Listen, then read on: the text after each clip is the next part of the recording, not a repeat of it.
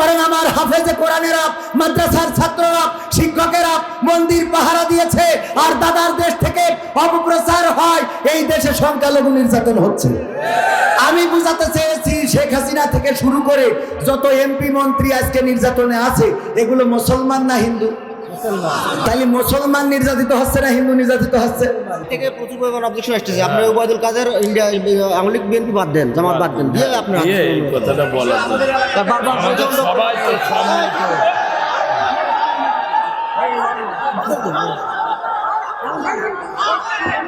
বসেন বসেন বসেন। আমি তো এনে আওয়ামী লীগ বিএনপি জামাতের কথা বলতে আসিনি, আসছি আমি বোঝানোর জন্য যে কথাগুলো বলছি, উদাহরণ দিতে চেয়ে। আচ্ছা আমি বলি, এই দেশে ভারতে প্রচার হচ্ছে যে এই দেশে মুসলমানরা হিন্দুদের নির্যাতন করছে, আর আমি প্রমাণ দিচ্ছি বরং এই দেশে মুসলমান নির্যাতিত হচ্ছে। বলেন ঠিক কিনা? মুসলমান নির্যাতিত হচ্ছে কিনা? আমি তো নির্যাতনের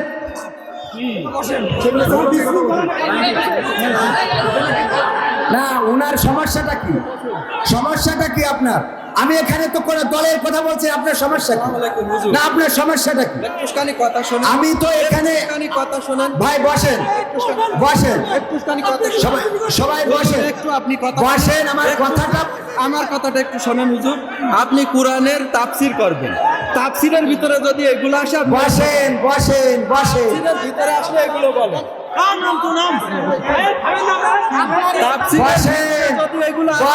সবাই বসেন, আমি কথা বলছি, বসেন, পরিবেশটা সুন্দর করে দেন, বসেন। আমার কথাটা তো বুঝবেন আগে। আরে বাবা, আপনারা মনে করছেন রাজনীতির কথা বলছেন, আমি তো বুঝাইনি। বসেন আগে, বসেন, সবাই বসেন।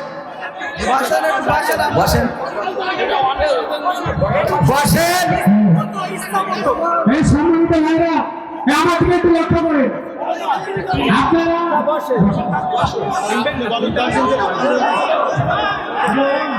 বসবেন তো? আমি বলেনি, আমার ভাই বোঝে নাই, আমি বুঝাচ্ছি। বসেন, আমি বুঝাই। বসেন, একটু বসেন, পরিবেশ করেন। আমি বলেনি, আমি বুঝাই। বসেন, বসেন। আমি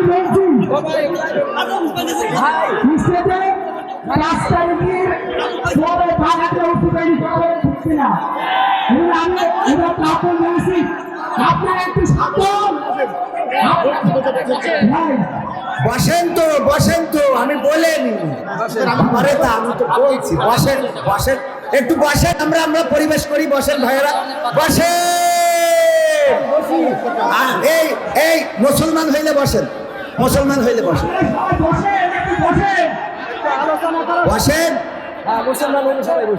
বসেন, আমি বলছি বসেন। আচ্ছা বসেন ভাইয়েরা আমার ভাইয়েরা,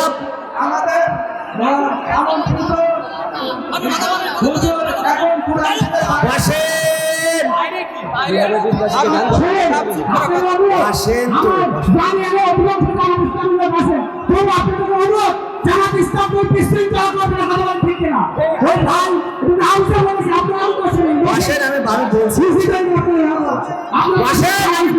আমি কথাটা বসেন তো।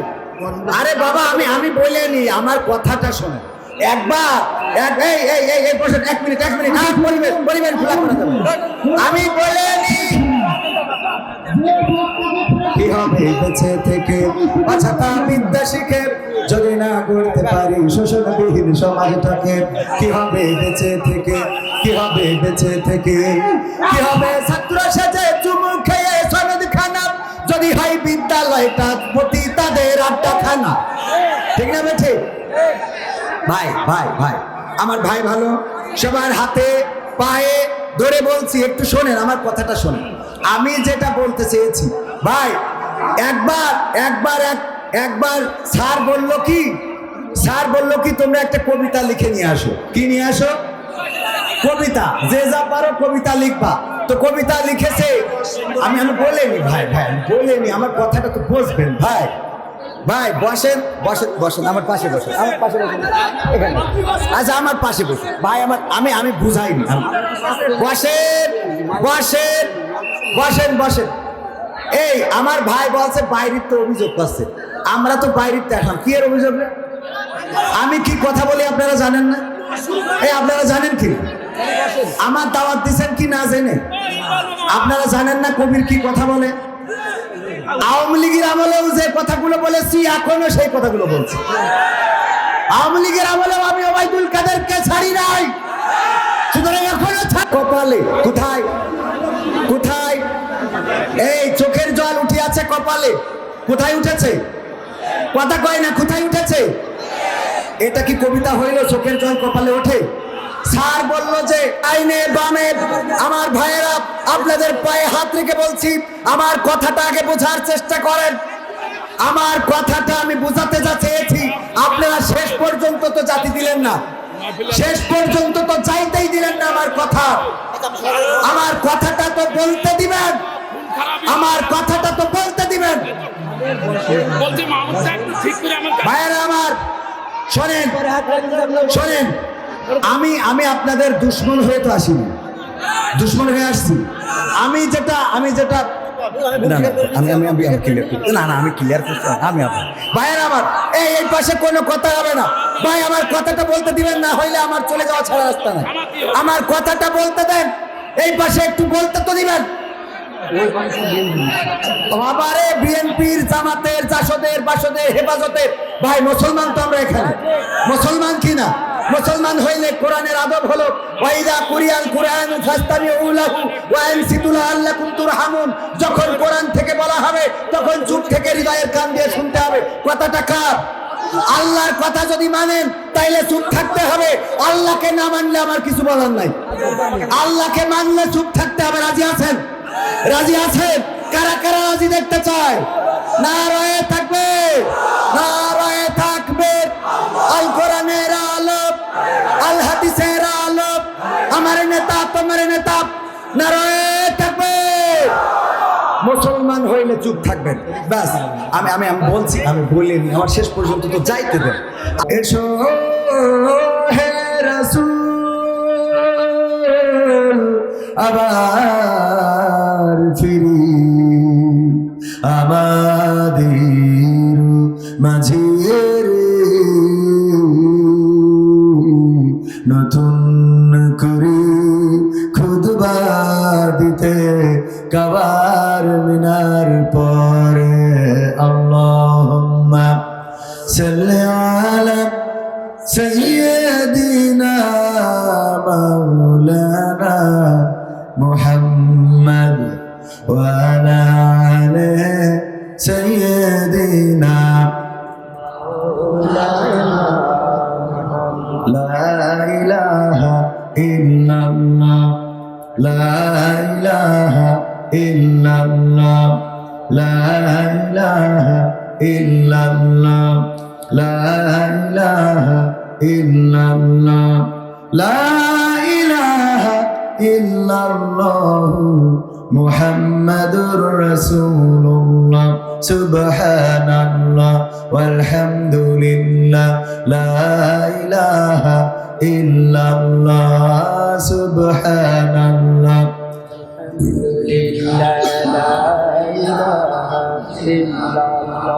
লা ইলাহা ইল্লাল্লাহ মুহাম্মাদুর রাসূলুল্লাহ সাল্লাল্লাহু।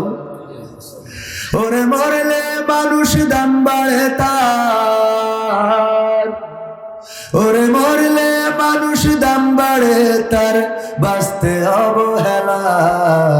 দুনিয়ার রং বাজারে এটা কেমন খেলা দয়াল, দুনিয়ার রং বাজারে এটা কেমন খেলা, দুনিয়ার রং বাজারে এটা কেমন খেলা দয়াল, দুনিয়ার রং বাজারে এটা কেমন খেলা। ওরে মরলে মানুষ দাম বাড়ে তার, মরলে মানুষ দাম বাড়ে তার, বাঁচতে অবহেলা। দুনিয়ার রং বাজারে এটা কেমন খেলা দয়াল, দুনিয়ার রং বাজারে এটা কেমন খেলা। দুনিয়ারে রং বাজারে এটা কেমন খেলা দয়াল, দুনিয়ারে রং বাজারে এটা কেমন খেলা। বাঁচতে মানুষ কেউ বলে না লোকটা বড় ভালো, মরলে বলে তার মারাতে বড় ক্ষতি হলো দয়াল, বড় ক্ষতি হলো। বাঁচতে মানুষ কেউ বলে না লোকটা বড় ভালো, মরলে বলে তার মারাতে বড় ক্ষতি হলো দয়াল, বড় ক্ষতি হলো। ওরে দেখতে আসে স্বজন সুজন, ওরে দেখতে আসে স্বজন সুজন, ডোবে যখন বেলা। দুনিয়ারে রং বাজারে এটা কেমন খেলা দয়াল, দুনিয়ারে রং বাজারে এটা কেমন খেলা। দুনিয়ারে রং বাজারে এটা কেমন খেলা দয়াল, দুনিয়ারে রং বাজারে এটা কেমন খেলা। ছেঁড়া কাপড় তাও জোটে না পরি কষ্ট করে, ঈদের নামাজ হয় না পড়া, নতুন জামা পরে দয়াল, নতুন জামা পরে। ছেঁড়া কাপড় তাও জোটে না পরি কষ্ট করে, ঈদের নামাজ হয় না পড়া, নতুন জামা পরে দয়াল, নতুন জামা পরে। ওরে নতুন কাপড় জুটবে জানি, ওরে নতুন কাপড় জুটবে জানি, পুরা এলে বেলা। দুনিয়ারে রং বাজারে এটা কেমন খেলা দয়াল, দুনিয়ারে রং বাজারে এটা কেমন খেলা। দুনিয়ারে রং বাজারে এটা কেমন খেলা দয়াল, দুনিয়ারে রং বাজারে এটা কেমন খেলা। ভাঙা ঘরে দিন কেটে যাই বছর ঘুরে যুগ, এই জীবনে পাইলাম না তো একটু ভাবের সুখ দয়াল, একটু ভাবের সুখ। ভাঙা ঘরে দিন কেটে যাই বছর ঘুরে যুগ, এই জীবনে পাইলাম না তো একটু ভাবের সুখ দয়াল, একটু ভাবের সুখ। ওরে মরলে আসে ঘর বানাতে, ওরে মরলে আসে ঘর বানাতে, করে না অবহেলা। দুনিয়ারে রং বাজারে এটা কেমন খেলা দয়াল, দুনিয়ারে রং বাজারে এটা কেমন খেলা। দুনিয়ারে রং বাজারে এটা কেমন খেলা দয়াল, দুনিয়ারে রং বাজারে এটা কেমন খেলা। ওরে মরলে মানুষ দাম বাড়ে তার, মরলে মানুষ দাম বাড়ে তার, বাঁচতে অবহেলা। দুনিয়ারে রং বাজারে এটা কেমন খেলা দয়াল, দুনিয়ারে রং বাজারে এটা কেমন খেলা। দুনিয়ারে রং বাজারে এটা কেমন খেলা দয়াল, দুনিয়ারে রং বাজারে এটা কেমন খেলা। আরেকটু জোরে বলা যাবে না?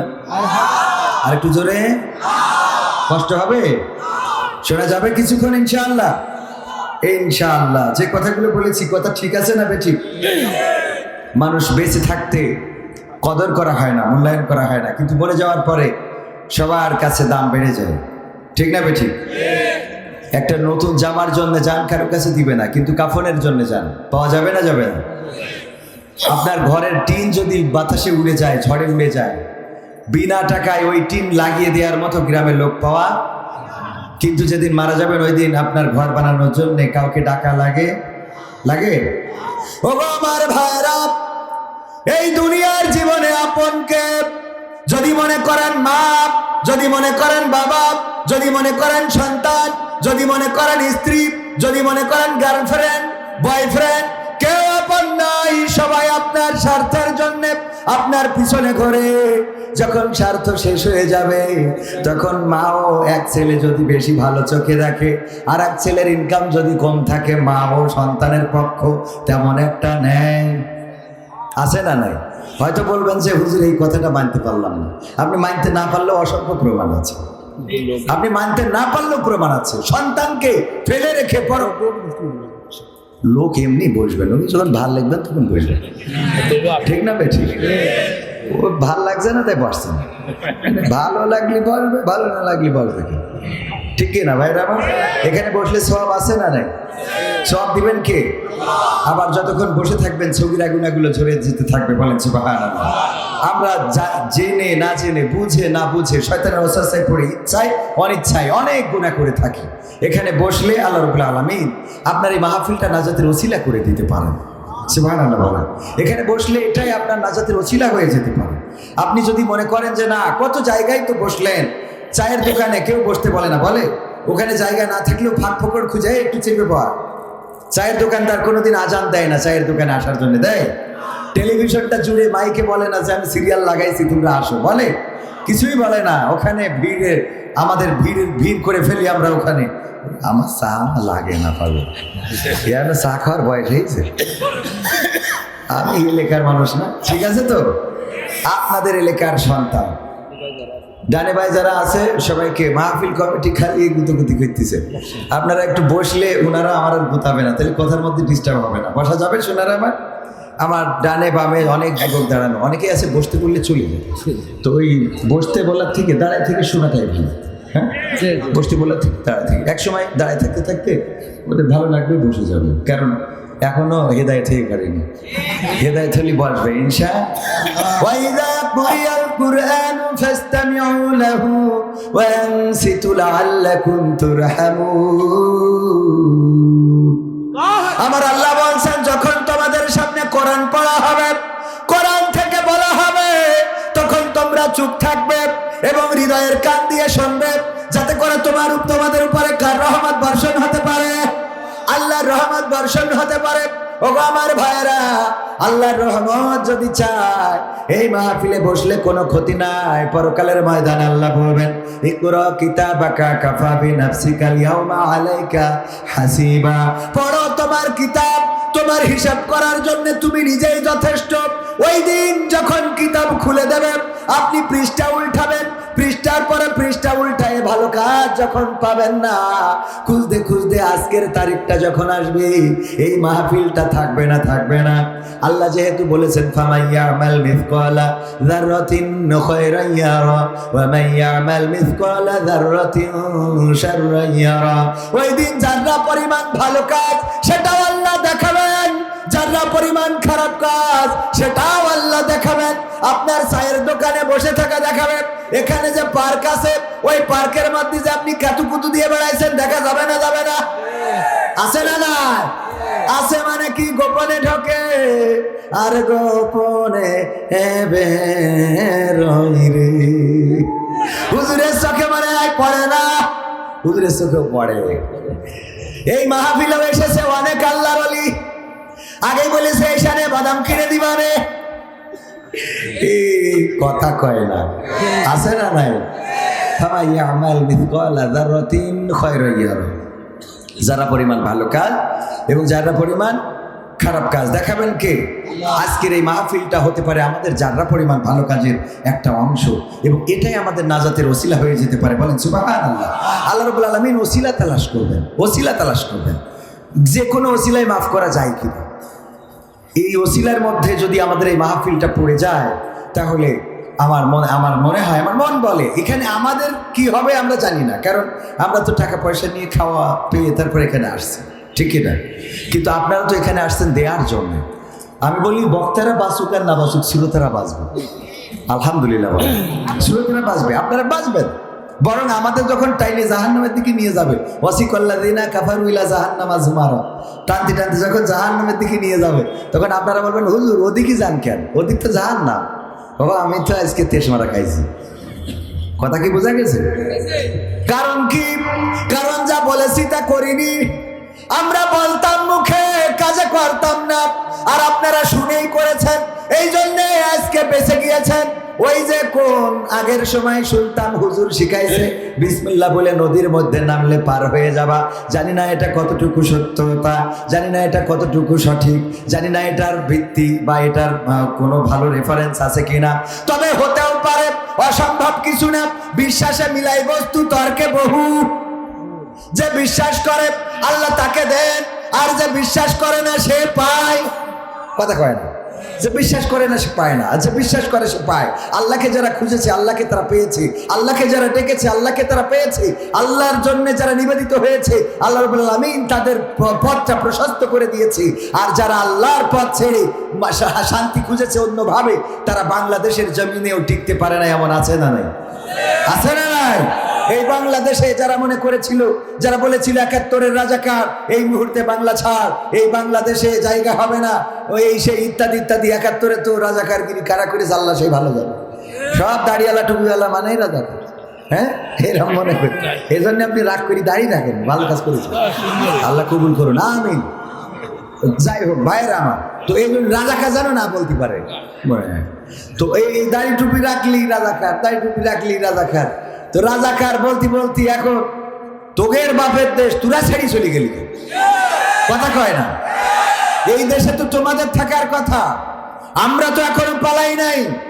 যারা আমাদের এই দেশ থেকে নিশ্চিহ্ন করতে চেয়েছ, আমাদের দিয়ে কারাগার ভরেছ, আমাদের ফাঁসির কাস্টে ঝুলিয়েছ, আমাদেরকে নির্বিচারে শহীদ করেছ, আমাদের রক্ত দিয়ে হোলি খেলা করেছ, দেখো এখন বাংলাদেশে তারা বর্জ্য কণ্ঠে কথা বলছে। আর তোমরা যারা ৪১ সাল পর্যন্ত থাকতে চেয়েছিলে, আল্লাহ তোমাদের এমন পতন করেছে, রাতের অন্ধকারে শিয়াল বেরোতে পারে কিন্তু তোমরা নাও, বলেন ঠিক কিনা?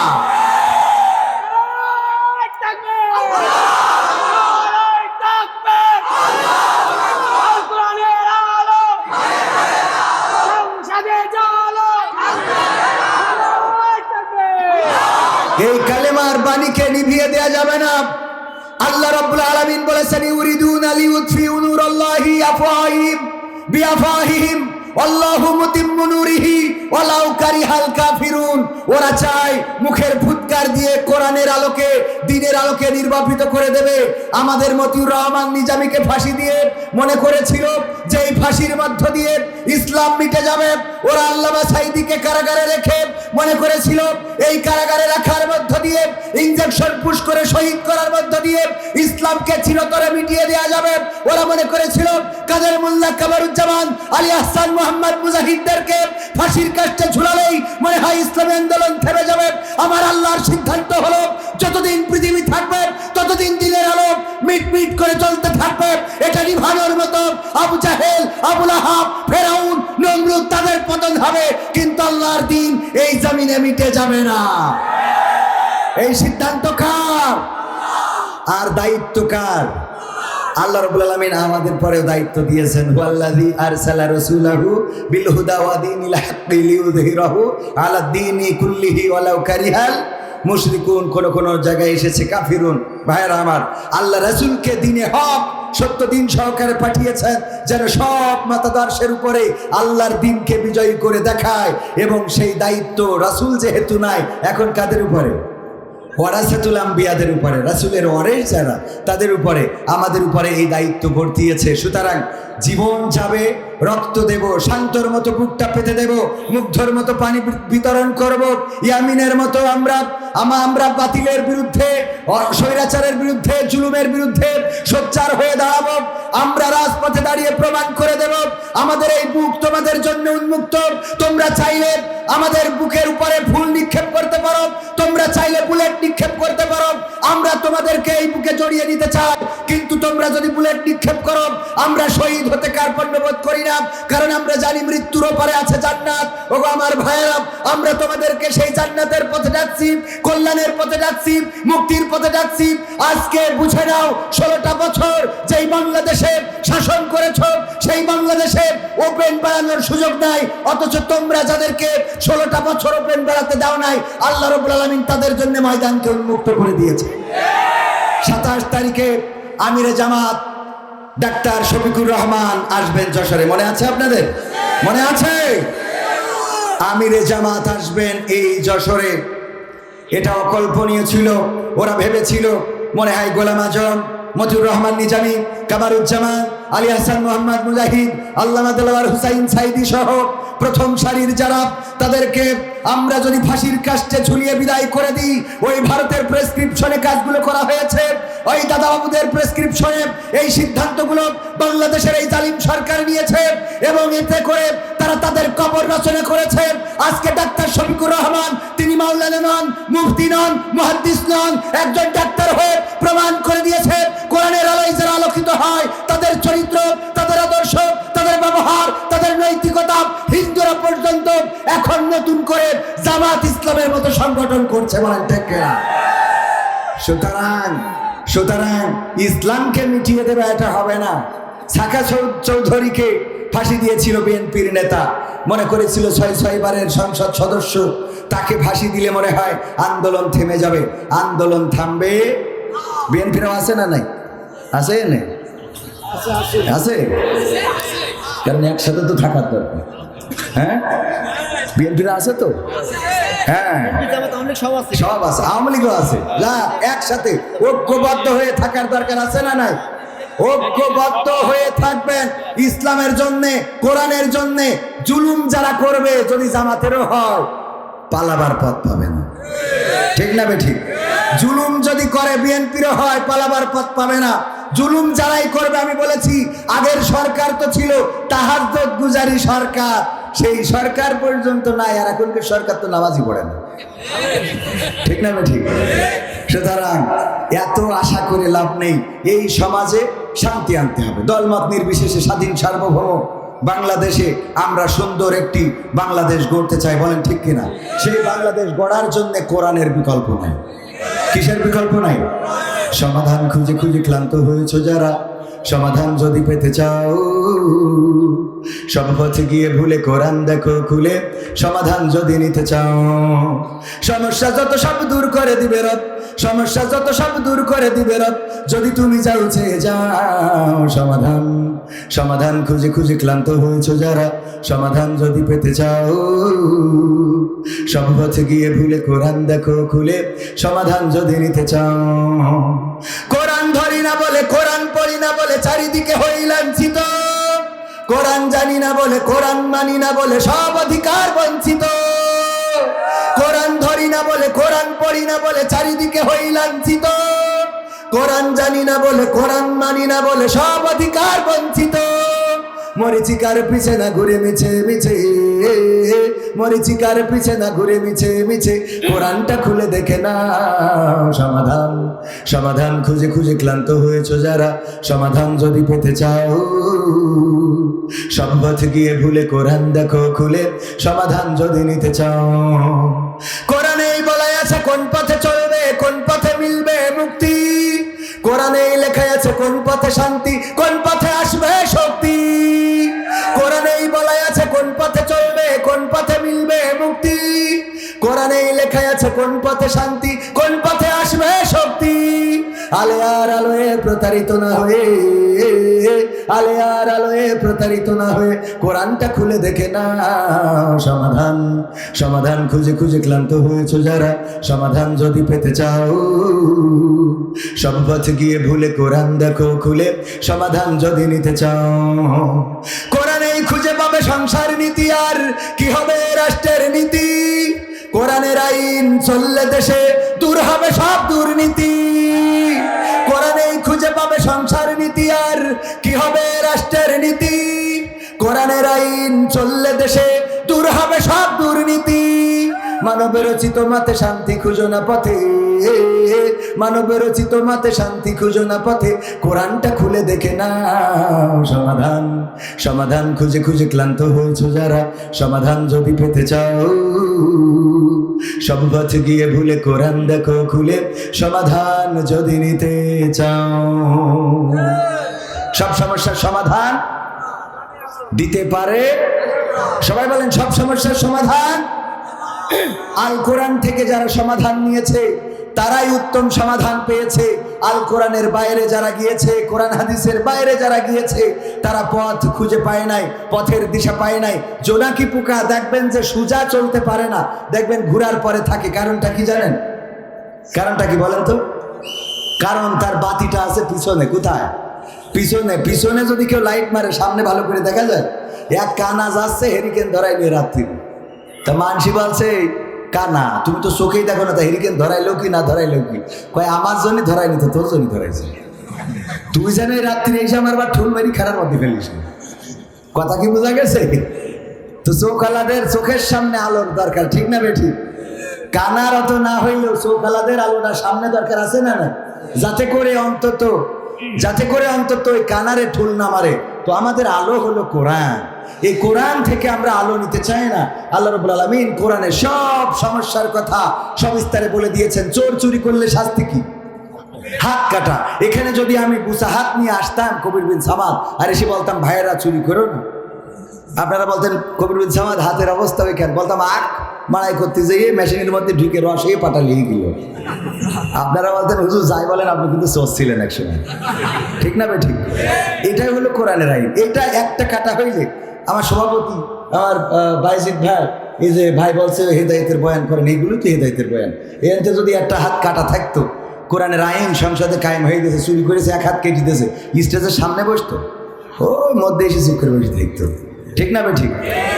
তারপর কবরের পরে করে দিলেন এমন বেত্রাঘাত করতে হবে, কার্পণ্য করা যাবে না। যদি কেউ জেনা করে, যদি কেউ ব্যভিচার করে, যদি কেউ ধর্ষণ করে, ওই যে কয়েকদিন আগে পত্রিকা, টেলিভিশন নিউজ, আপনার অনলাইন সোশ্যাল মিডিয়া দেখলাম গাজীপুরে না কোন জায়গায় যেন এক মাদ্রাসার মুহতামিম সুপারিনটেন্ডেন্টের কাছে গিয়েছে ফতোয়া নেওয়ার জন্য, যে স্বামী তালাক দিয়ে ফেলেছে, এখন কি করা যায়। বলেছে তোমার এখন হিল্লা বিয়ে দিতে হবে। তা কি করা যায়? হিল্লা বিয়ে তাহলে আমার সাথেই করো। ওর সাথে হিল্লা বিয়ে করার পরে ও মাশাআল্লাহ বিয়ে করে নিয়ে আবার মসজিদের সিঁড়ি রয়েছে পাটাতন আছে ওখানে, তারপরে যা করার করেছে, 1 ঘন্টার মাথায় আবার তালাক দিয়েছে। কয় এইবার তুমি যাও, মোটামুটি তোমার লাইন সব ক্লিয়ার করে দিলাম। নাউজুবিল্লাহ বলবেন। চোখে পড়েছে আপনাদের? পড়েছে কি না? আবার বললেন না যে বানাই বলতেছি। কত বড় জাহেল এই ইমাম! সে যদি মুয়াজ্জিনের নাকি ইমামের পাহারায়, সে নাকি পাটাতনের পরে কইছে যে শুধু বিয়ে করলে হবে না, একবার হ্যাঁ করতে হবে। মুরব্বি হুজুর হইলেই আল্লাহওয়ালা, এটা ভাবেন না। দাড়িওয়ালা টুপিওয়ালা হইলেই কবির বিন সামাদ বিশাল পরহেজগার।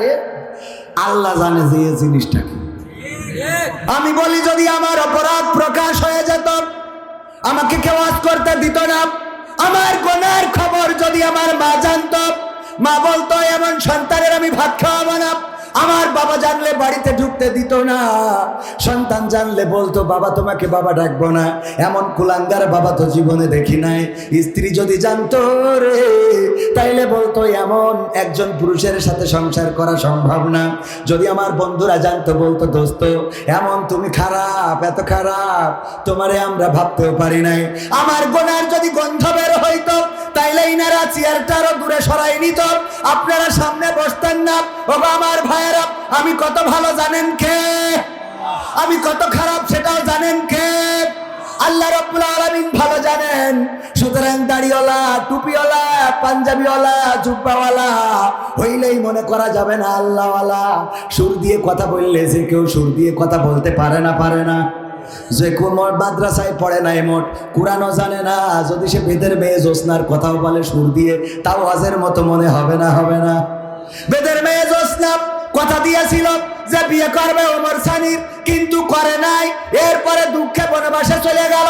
দেখেন ওয়াজ হচ্ছে না? আরে বেদের মেয়ে জোসনার কথা বললো, শুদ্ধে বললি এটা আপনি বললে হবে, আমলিখির শেখ হাসিনা বললে হবে, তা মহিলার দরকার নেই, ওবায়দুল কাদের বললে হবে।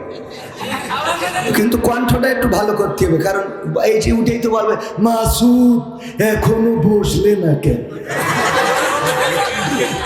হ্যাঁ, মাসুদ ভালো হলো না, হলো? আমার ভাইয়েরা, এই জন্যই অপরাধগুলো জানেন কে? ওই যে হুজুর যে কাজটা করেছেন, হিল্লা বিয়ে বলে ইসলামে কোনো বিয়ে নাই। যদি কেউ তালাক দিয়ে ফেলে, ওই নারীর যদি স্বাভাবিক প্রসেসিং এ অন্য জায়গায় বিয়ে হয়, আর সেই সংসার যদি ভেঙে যায়, তারপরে তার পূর্বের স্বামী নিতে পারবে। এর আগে পূর্বের স্বামী নেওয়ার কোনো রাস্তা না। কিসের হিল্লা বিয়ে? আর যদি মনে করেন যে না, হুজুরের কাছে যেয়ে একটু এসে, আমি মালয়েশিয়ায় থাকতি, ময়মনসিংহের এক ভাই, তার নাম বলবো না কারণ অনলাইনে যুক্ত, যতই ময়মনসিংহ হোক ওর সামনে যেয়ে পড়বে না, তবে পড়লে বুঝতে পারবেন ওর কথা বলেছি।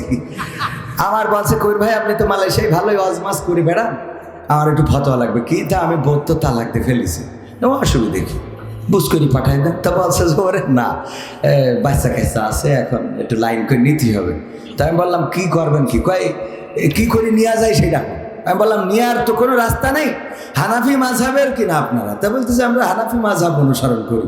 আমি বললাম যদি হানাফি মাযহাব হয় তাহলে রাস্তার মোট নেই, কারণ হানাফি মাযহাবে হলো তালাক হয়ে গেলে ওই একবারেও যদি 3 তালাক দেয় ওই 3 তালাকই হবে। কিন্তু শাফি মাযহাবে একটু সাইড সাইড আছে যে যদি একবারে কেউ 3 তালাক দেয় তাহলে ইমাম শাফি গবেষণা করে বলেছে ওটা 1 তালাক বর্তাবে, যেহেতু সে একটা মেন্টালিটি ওই অবস্থায় ছিল এবং রাসূলের তরিকা হলো যে প্রতি মাসে একটা করে তালাক দিবে সংশোধনের জন্য। সুতরাং এই তরিকায় সে একসাথে 3 দেখেন 300টা দিলেও একটা হবে, শাফি মাযহাব বলেছে। তো আপনি যেহেতু হানাফি মাযহাবে, তো সুতরাং আমার মনে হয় যে পথ খোলা নেই। বলছে আমি আজকে শাফি মাযহাব, আমি আজকে মানে ওর যে কোনো লাইনই বউ রাখতে হবে। এখন এই যে কোনো লাইনই যদি বউ রাখার চিন্তা করেন তাহলে পরবর্তী সন্তানগুলো হবে হারামজাদা। কি জাদা হবে? হারামজাদা। আমি প্রতিবাদ জানাচ্ছি, এই কাজ যিনি করেছেন গর্হিত কাজ, এই কাজ করে আলেমদের মুখে চুনকালি লাগিয়েছেন। আপনার আলেমদের মুখে চুনকালি লাগাবেন না। যেই লেবাসটা পরবেন এই লেবাসটার সম্মান দিতে পারলে পরবেন, যদি সম্মান দিতে না পারেন পরবেন না। আমরা দরবেশ বাবার মুখে দাড়ি দেখতে চাই না, যে দাড়ির কদর বোঝে না তার মুখে দাড়ি মানায়, কথা কয় না মানায়। সুতরাং দরবেশ বাবাদের মতো আপনারাও এই কাজগুলো করবেন। আবার দেখলাম কাবা ঘরে যে একজন বলতেছে জয় বাংলা, ওখানে বলবে লাব্বাইক আল্লাহুম্মা লাব্বাইক, আল্লাহ আমি সাড়া দিলাম তোমার ডাকে, তোমার আহ্বানে আমি এসেছি, আমি সাড়া দিয়েছি, আমি উপস্থিত হয়েছি তোমার ঘরে। লাব্বাইক আল্লাহুম্মা লাব্বাইক, লাব্বাইক লা শারীকা লাকা লাব্বাইক, ইন্নাল হামদা ওয়ান নি'মাতা লাকা ওয়াল মুলক লা শারীকা লাক। আল্লাহু আকবার। এত সুন্দর কথা রেখে যারা জয় বাংলা বলে, আর যাই হোক আমার মনে হয় এরা অন্য কোনো ধর্ম, ঠিক না বেঠিক? কাবার চত্বরে যে জয় বাংলা বলেছ, এটা তোমার দলীয় কোনো স্পেস নয়, এটা তোমার দলের স্লোগান দেওয়ার জন্য নয়। কাবা ঘর আল্লাহর ঘর, ওই কাবায় আব্রাহা এসেছিল বিয়াদবি করার জন্য, আল্লাহ সমূলে ধ্বংস করেছেন, তার ইতিহাস হয়ে আছে, আল্লাহ কোরআনে রেকর্ড করে দিয়েছেন, সূরা ফিল দিয়ে জানিয়ে দিয়েছেন। সুতরাং কাবার চত্বরে যে যারা জয় বাংলা বলো তোমরা মুসলমান কিনা এটা আমার সন্দেহ হয়। জয় বাংলা বলার অধিকার কাবার চত্বরে তোমাকে দিল কে? কোন দলের স্লোগান দেওয়ার জন্য? ওখানে যে জামাতরা বলবে নাকি জামাত ইসলামী বাংলাদেশ বলার অধিকার আছে? বেয়াদবি সীমা অতিক্রম করার কারণে আল্লাহ রাব্বুল আলামিন ইতিপূর্বে জাহেলদের পতন করিয়েছেন। অনেকেই বলবে হুজুর এই কথাগুলো কেন বলেন? ইব্রাহিমের কথা বলতে গেলে নমরুদের কথা আছে না নাই? ফেরাউনের কথা, মুসার কথা বলতে গেলে ফেরাউনের কথা আসবে, আল্লাহর রাসূলের কথা বলতে গেলে আবু জাহেলের কথা আসবে। ওগো আমার ভাইয়েরা, এই জামানায় আল্লাহর পথে যারা চলে তাদের কথা বলতে গেলে তা যারা বাধা দেয় তাদের কথাও আসা স্বাভাবিক নাকি অস্বাভাবিক? কথা কয় না, স্বাভাবিক নাকি অস্বাভাবিক? স্বাভাবিক। যারা অন্যায় করেছে তাদের বিরুদ্ধে সোচ্চার হইতেই হবে এবং সোচ্চার। এরপরে যদি কেউ বাধা দেন, আমি বলবো আপনার মধ্যে বিবেক বোধটা নষ্ট হয়ে গেছে। আজকেও দেখলাম মায়ের জানাজায় শরীক হয়েছে, পায়ে ডান্ডা বাড়ি হাতে হাত করা, পায়ে ডান্ডা বাড়ি নিয়ে হাতে হাত করা নিয়ে মায়ের জানাজায় বাবার জানাজায় শরীক হতে হয়েছে। তোমরা কাদের পক্ষে মানবতার কথা বলো? ইসলাম এসেছে মানবতার জন্য, ঠিক না বেঠিক? ইসলাম এমন একটা আদর্শ যেই আদর্শে শত্রুকে পর্যন্ত আলী রাদিয়াল্লাহু তাআলা আনহু একজন কাফেরকে বধ করবেন, আপনারা এসব জানেন ঘটনা। বুকের উপরে চড়ে বসেছেন, যখনই উনি হত্যা করতে মানে পোজ বাঁধাতে যাবেন সেই মুহূর্তে উনি মুখে থুতু দিয়েছে। আলী রাদিয়াল্লাহু তাআলা আনহু নেমে গেলেন, তার বুকের উপর থেকে নেমে গেলেন। ওই লোকটি বলল, আপনি আমাকে হত্যা করলেন না কেন? বলল, আমি হত্যা করলাম না এই জন্যে যে আপনি আমার মুখে থুতু দিয়েছেন। আপনি যদি আমার মুখে থুতু না দিতেন তাহলে আমি হত্যা করতাম।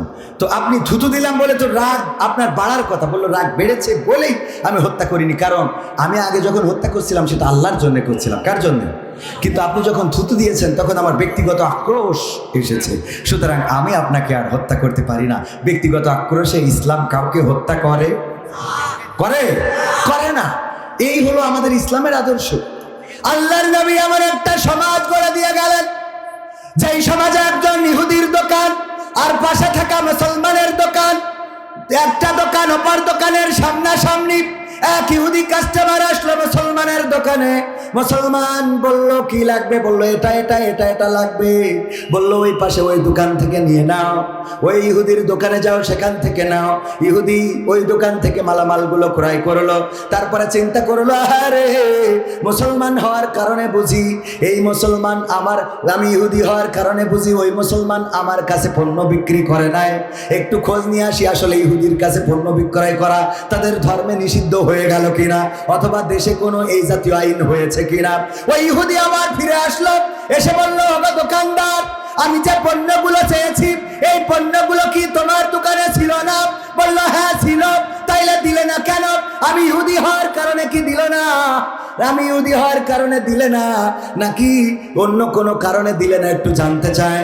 ওই মুসলমান জবাব দিল, ওগো ইহুদি শুনে নাও, আমার দোকানের সামনে ওই ইহুদি দোকানদার, ওই দোকানে আমি দেখেছি সকাল থেকে সন্ধ্যা পর্যন্ত তেমন বেচা কিনা হয় না।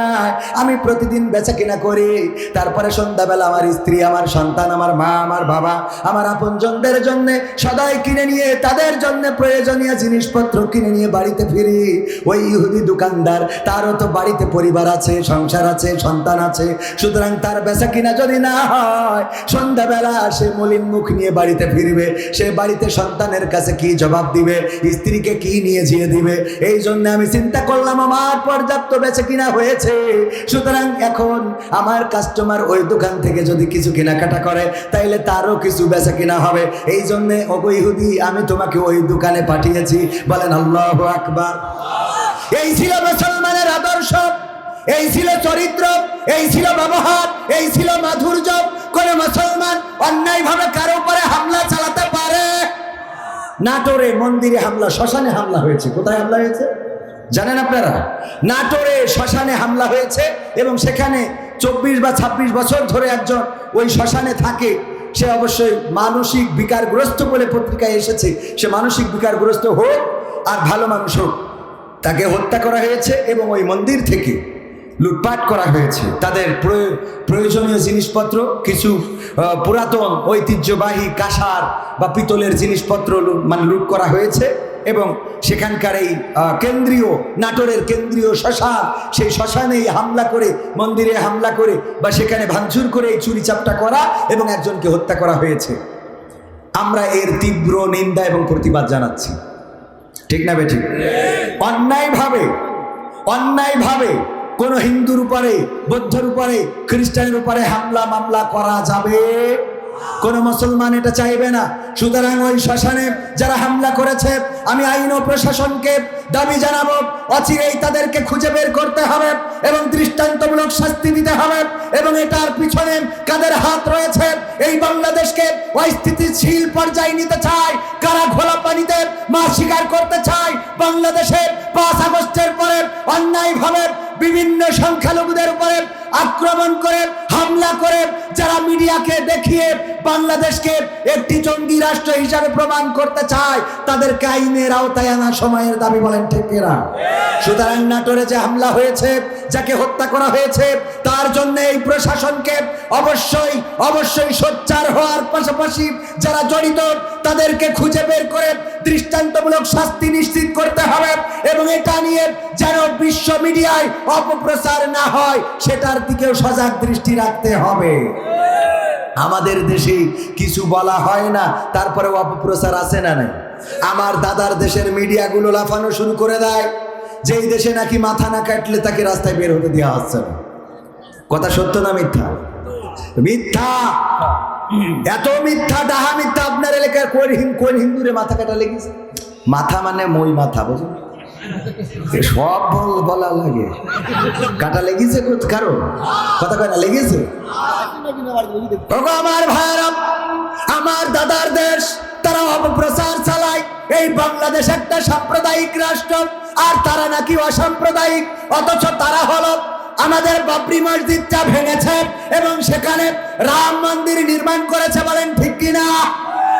শুধু বাবরি মসজিদ ভেঙেই ক্ষান্ত হয় না, ওই ভারতে মসজিদ গুলো গুড়িয়ে দেওয়া হয়, বুলডোজার দিয়ে প্রায় মসজিদ ভাঙা হয়, মুসলমানরা গরু খাওয়ার অপরাধে পিটানো হয়, মারা হয়, ধরা হয়, কাটা হয়, এমনকি আটকে রেখে জয় শ্রীরাম স্লোগান দেওয়া হয়। আমি বললাম আমার দাদারা, বাংলাদেশে কোনো হিন্দু যদি বলতে পারে তাদেরকে আটকে রেখে নারায়ে তাকবীর, লিল্লাহি তাকবীর, আল্লাহু আকবার বলা হয়েছে, আমি ওয়াজ করা ছেড়ে দেব।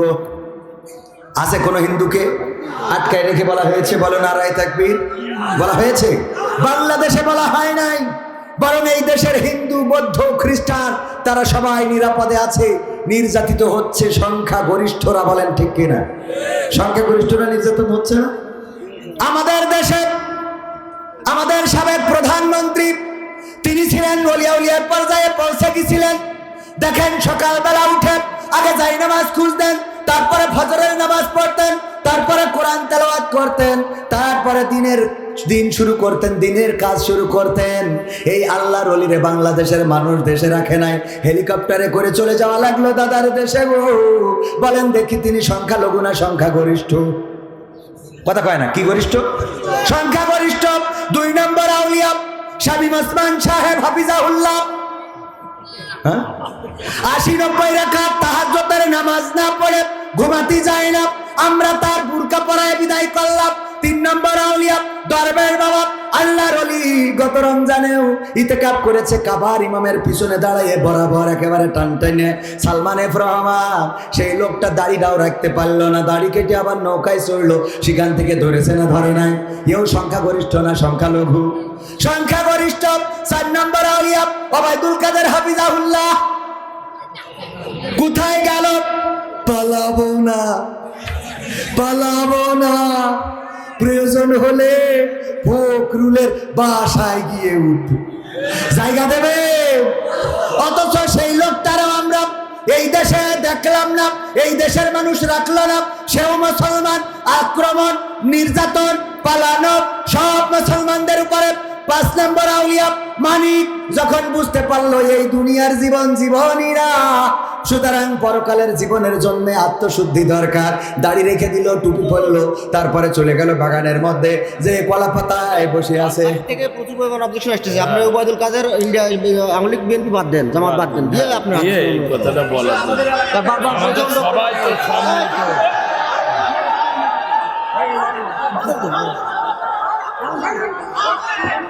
বসেন বসেন বসেন।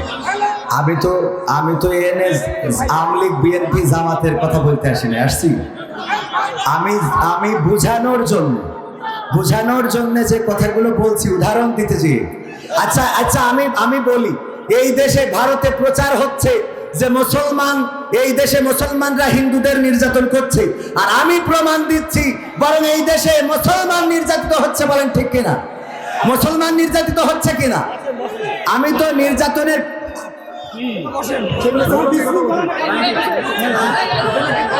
না, উনার সমস্যাটা কি আপনার? আমি এখানে তো কোনো দলের কথা বলছি, আপনার সমস্যা কি? না, আপনার সমস্যাটা কি? আমি তো এখানে ভাই বসেন, সবাই বসেন, একটু আপনি কথা বসেন। আমার কথাটা একটু শোনেন হুজুর। আপনি কোরআনের তাফসীর করবেন, তাফসীরের ভিতরে যদি এগুলো আসে, বসেন। তাফসীরের ভিতরে আসলে এগুলো বলেন।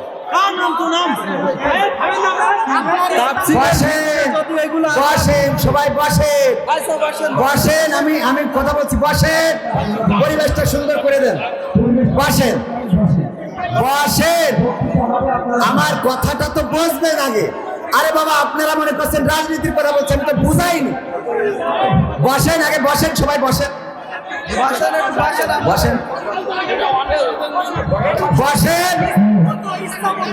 এই সম্মানিত ভাইরা, আমার দিকে একটু লক্ষ্য করেন। আপনারা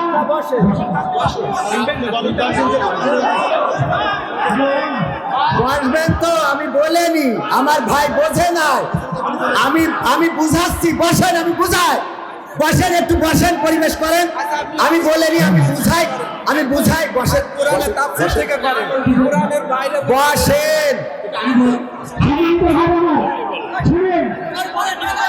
আমি বলছি 5 তারিখের জায়গাতে উঠতে পারি ঢুকছি না আমি এটা আপনার বলেছি আপনার একটু সাবধান বসেন তো আমি বলেনি আরে তা আমি তো বলছি বসেন একটু বসেন আমরা পরিবেশ করি বসেন ভাইয়েরা বসেন এই মুসলমান হইলে বসেন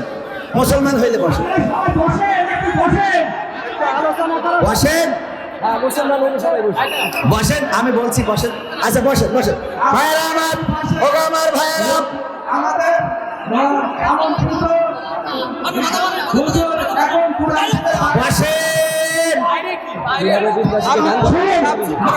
বসেন তো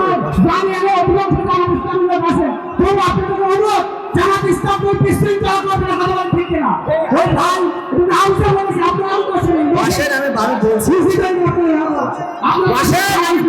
আমি কথাটা বসেন তো আরে বাবা আমি বলিনি আমার কথাটা শোনেন একবার এই বসেন এক মিনিট পরিবেশ খোলা করে দেবো আমি বলিনি কি হবে বেঁচে থেকে বাঁচাতা বিদ্যা শিখে যদি না করতে পারি শোষণবিহীন সমাজটাকে কি হবে বেঁচে থেকে কি হবে ছাত্র সাজে চুমু খেয়ে সনদ খানা যদি হয় বিদ্যালয়টা প্রতি তাদের আড্ডা খানা ঠিক না বেঠে ভাই আমার ভাই ভালো সবার হাতে পায়ে ধরে বলছি একটু শোনেন আমার কথাটা শোনেন আমি যেটা বলতে চেয়েছি ভাই একবার স্যার বললো কি তোমরা একটা কবিতা লিখে নিয়ে আসো কি নিয়ে আসো কবিতা যে যা পারো কবিতা লিখবা তো কবিতা লিখেছে আমি বলিনি ভাই বলিনি আমার কথাটা তো বুঝবেন ভাই বসেন আমার পাশে বসেন এখানে আচ্ছা আমার পাশে বসুন ভাই আমি বুঝাইনি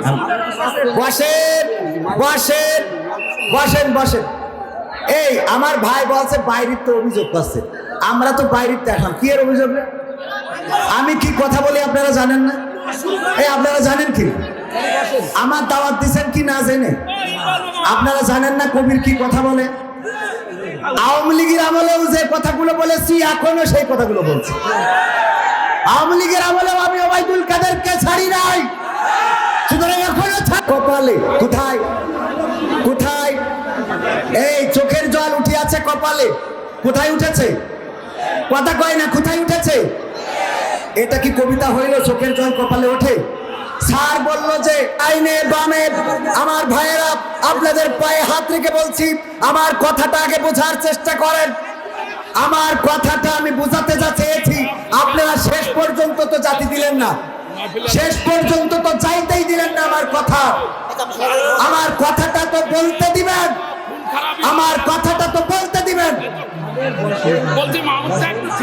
ভাইয়েরা আমার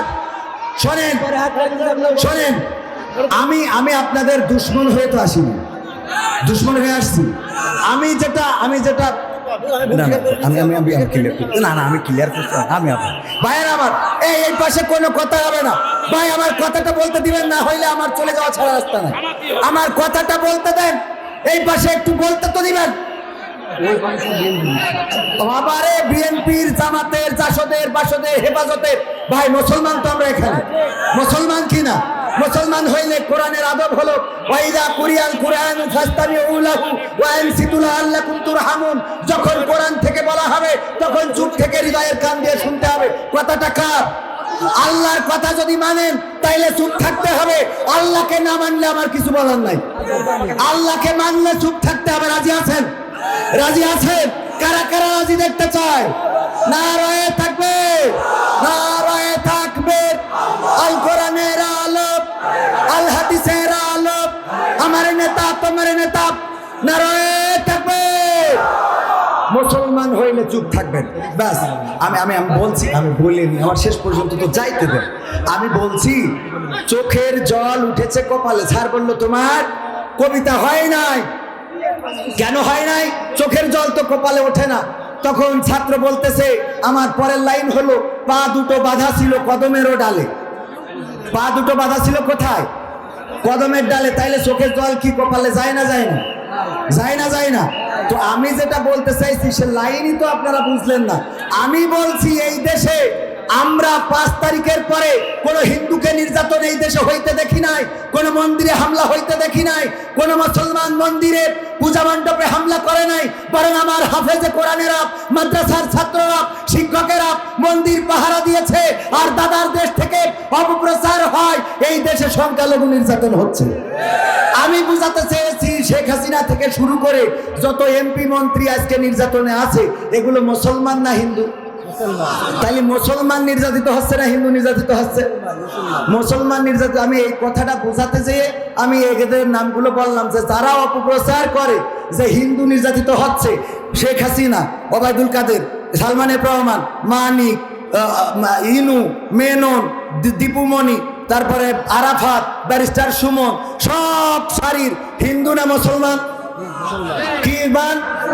কি মান? সবাই বলেন কি মান? এই মুসলমান নির্যাতন হচ্ছে না হিন্দু নির্যাতন হচ্ছে? এই কথাটা বুঝাতে গেলাম, আপনারা রাগ করে বসে থাকলেন কেন? বুঝবেন তো এই দেশ নিয়ে ষড়যন্ত্র হইলে দাদারা ষড়যন্ত্র করে আমাদের দেশে ইসলামকে নিভানোর জন্য সব রকম পরিকল্পনা করেছিল। মনে করেন কথা বলে কোরআন হাদিসে যা আছে তাই বলেন, তো পিস টিভি আপনার ইসলামিক টিভি এরা কি কোরআন হাদিসের বাইরে চলতো? কথা কয় না, বাইরে চলতো। তো এই টিভিগুলো বন্ধ হলো কেন? আজ পর্যন্ত সেই টিভিগুলো খোলা হলো না কেন? আমার দেশের আলেম ওলামা আমির হামজার মতো একজন নিরীহ ব্যক্তি, সে নাকি তার ওয়াজ শুনে একজন তরবারি নিয়ে সংসারে হামলা করতে গেছে। আমির হামজার পক্ষে কথা বলার দরকার আছে না নাই? আল্লামা মামুনুল হক শাইখুল হাদিস আজিজুল হক রাহিমাহুল্লাহর সন্তান, এই মানুষটাকে কারারুদ্ধ করা হলো, সুজা মানুষটারে কুজা বানিয়ে দেওয়া হলো, তার পক্ষে কথা বলার দরকার আছে না নাই? কোরআনের পাখি দেলোয়ার হুসাইন সাইদি, তিনি কি শুধু জামাত ইসলামের সম্পদ? তিনি আওয়ামী লীগ বিএনপি, আমার ভাইজানও সাইদির ওয়াজ শোনেন, আমার বিশ্বাস। আপনি শোনেন কিনা?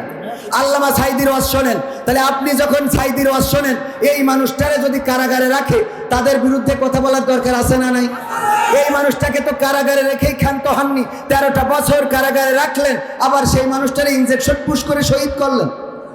যতগুলো মামলা হয়েছে বলেন এই দেশে কোন সন্ত্রাসীর নামে, কোন জেনাকারের নামে, কোন ধর্ষকের নামে, কোন মাদক সেবীর নামে?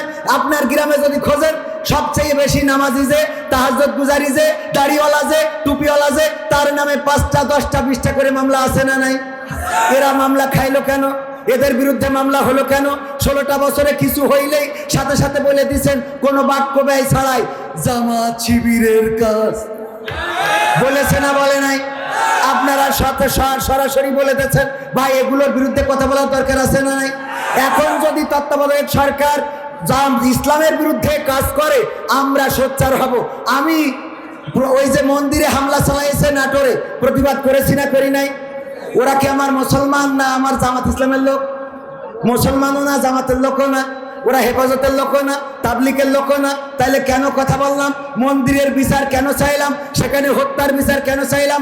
আবারও সোচ্চার কণ্ঠে বলছি, কোন আওয়ামী লীগের উপরে যদি অন্যায়ভাবে মামলা করা হয়, যদি গ্রামে আওয়ামী লীগ যারা করে তাদের নামে গড়পট্টা মামলা করা হয়, যদি কোনো আওয়ামী লীগকে ধরে নিয়ে অন্যায়ভাবে জেলে ভরা হয়, প্রতিবাদী হিসেবে হুজুরদের আগে পাওয়া যাবে। ঠিক না বেঠে? বিএনপিদের উপরে নির্যাতন হইলে হুজুররা কথা বলবে, কারণ হুজুররা বিএনপি জামাত পরোয়া করে না, তারা মানবতার পক্ষে কথা বলে। কিসের পক্ষে কথা বলে? ভাইয়েরা আমার, সুতরাং আমার কথা যারা ভুল বুঝেছেন, ভুল বুঝাবাদ, এখন আমরা ভালো কথায় আসি। আপনারা শুনতে কি রাজি আছেন? কারা কারা রাজি? আবার হাত দেখতে চাই। নারায়ে তাকবীর, নারায়ে তাকবীর। আল কোরআনের আলো, আল হাদিসের আলো, আমার নেতা তোমার নেতা, নারায়ে তাকবীর। আমি প্রথমে যে আয়াতে কারিমা তেলাওয়াত করেছিলাম পবিত্র কোরআনের সূরা আল ইমরানের 102 নম্বর আয়াত, 3 নম্বর সূরার 102 নম্বর আয়াত। আল্লাহ বললেন, ইয়া আইয়ুহাল্লাযীনা আমানু তাকুল্লাহ হাক্কা তুকাতিহি ওয়া লা তামুতুন্না ইল্লা ওয়া আনতুম মুসলিমুন। আল্লাহ বললেন, ওগো ঈমানদারেরা, তোমরা আল্লাহকে ভয় করো যেমন করে তাকে ভয় করা উচিত, আর ততক্ষণ পর্যন্ত মৃত্যুবরণ করো না যতক্ষণ পর্যন্ত না তোমরা পূর্ণ মুসলমান হতে পারো। কথাটা কার? কথাটা কার? আল্লাহ আমাদের মুসলমানদেরকে ডেকে বললেন, ওগো ঈমানদারেরা, তোমরা এমন কোনো কথা বলো না তোমরা আল্লাহকে ভয় করো। ভাইয়েরা আমার ভাইয়েরা, আমার সোনা ভাই, একটু কথা বলার পরিবেশ দিতে হবে। সোনা ভাই আমার ভাইজান আমার আমানত, আমার ভাই আমার আমানত। ভাই বোঝে নাই, একটা কথা বলেছে, ভাই কথা বলবেন, আমি ছেড়ে দেওয়ার পর আপনি কথা বলবেন। ভাই এখানে কথা বুঝতে হবে। আমরা যখন, আমি আগেই বলেছি, মুসা আলাইহিস সালামের ঘটনা বলতে গেলে অটোমেটিক নমরুদের, ফিরাউনের কথা আসে না।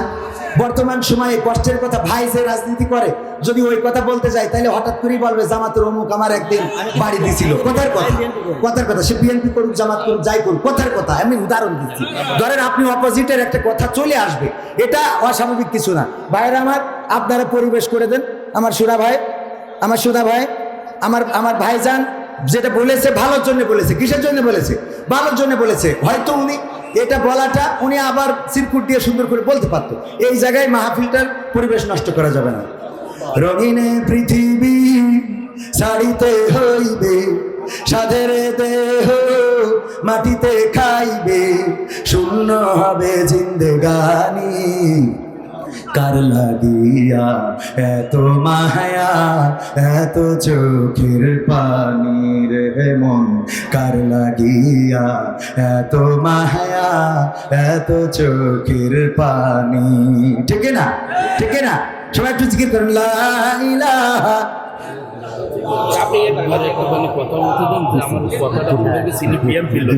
আমি এটা বলা, ভাই বলবেন, লা ইলাহা।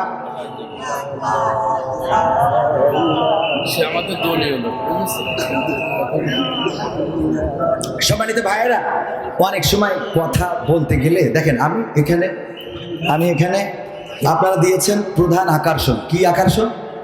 তো আকর্ষণ যে, সে আকর্ষিত করার জন্য দুই একটা কথা বলতে হতেই পারে। কথা বোঝেননি? আমি তো এখানে বক্তাও না, মুফাসসিরও না। মুফাসসির যিনি আছেন, এই যে এখানে লেখা আছে প্রধান বক্তা হাফেজ মাওলানা মুস্তাফিজ রহমান। তো আমি আকর্ষণ হিসেবে হয়তো দুই একটা ডায়লগ, দুই একটা কথা, আমি নাট্যকার মানুষ, এটাও আপনারা জানেন, চলে আসতেই পারে। কারণ আমি আকর্ষিত করতেছি। মানুষগুলো প্যান্ডেল ভরে গেছে না? ভরেছে কিনা? আমি যখন শুরু করেছিলাম অর্ধেক লোক ছিল না, তাইলে এরা আকর্ষিত হয়ে এসেছে। তো আমার আকর্ষণ তো করতে দিবেন। তারপরে লোকজনের জড়ো করে নিয়ে তারপরে একটা মেসেজ দেব। ওই মেসেজটা ওই সেই এর মতো যে একটা কি করে দাও, ড্রপ করে দাও, একটা মেসেজ ড্রপ করে আবার চলে যাবো, আর এক জায়গায় জাতি হবে। তো সুতরাং মাহফিল চলবে, কথা চলবে।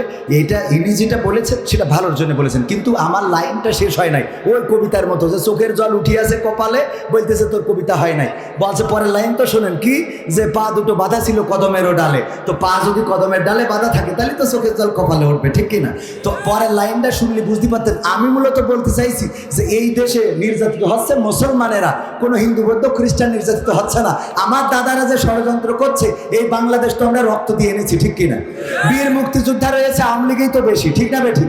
এবং স্বাধীনতার অগ্রাধিকার তো তাদের। সুতরাং আমাদের দেশের স্বাধীনতা, সার্বভৌমত্ব যদি ভুলুণ্ঠিত হয়, দেশপ্রেম ইমানের অঙ্গ, এই দেশটাকে রক্ষা করা, দেশের স্বাধীনতা সহ সার্বভৌমত্ব রক্ষা করা প্রতিটা মুসলমানের দায়িত্ব এবং কর্তব্য। আমি জামাতের কথা বলতে আসি নাই, বিএনপির কথা বলতে আসি নাই, আমি বাস্তবতার নিরিখে বলতে এসেছি। বাস্তবতার আলোকে যারা ভালো করবে সেটা ভালো, যারা কালো করবে সেটা কালো। এই কথা যারা বলতে পারবে না, আর যাই হোক তারা মুসলমান দাবি করতে পারবে না। আমি আমার প্রতিবাদের মধ্যে এক মাদ্রাসার মুহতামিম হিল্লা বিয়ে করে সে মসজিদের সিঁড়ির পাটাতনে আকাম করেছে, তার বিরুদ্ধে প্রতিবাদ জানাইছি না জানাই নাই? এই লোকটা তো একজন মাওলানা মানুষ, আলেম মানুষ, তার বিরুদ্ধে বললাম তো আপনি তো কথা বললেন না, ঠিক না? তার মানে আমার কথা কোনো দলের বিরুদ্ধে না, আমার বিরুদ্ধে আমি বলেছি। আমি কি বলেছি? আমার অপরাধ যদি পৃথিবীর মানুষ জানতো তাইলে আমার কথা বলতে দিত না। আমার অপরাধ যদি আমার মা জানতো, ভাত রান্না করে খাওয়াতো না। আমার অপরাধ আমার স্ত্রী জানলে আমাকে ঘরে শুইতে নিত না।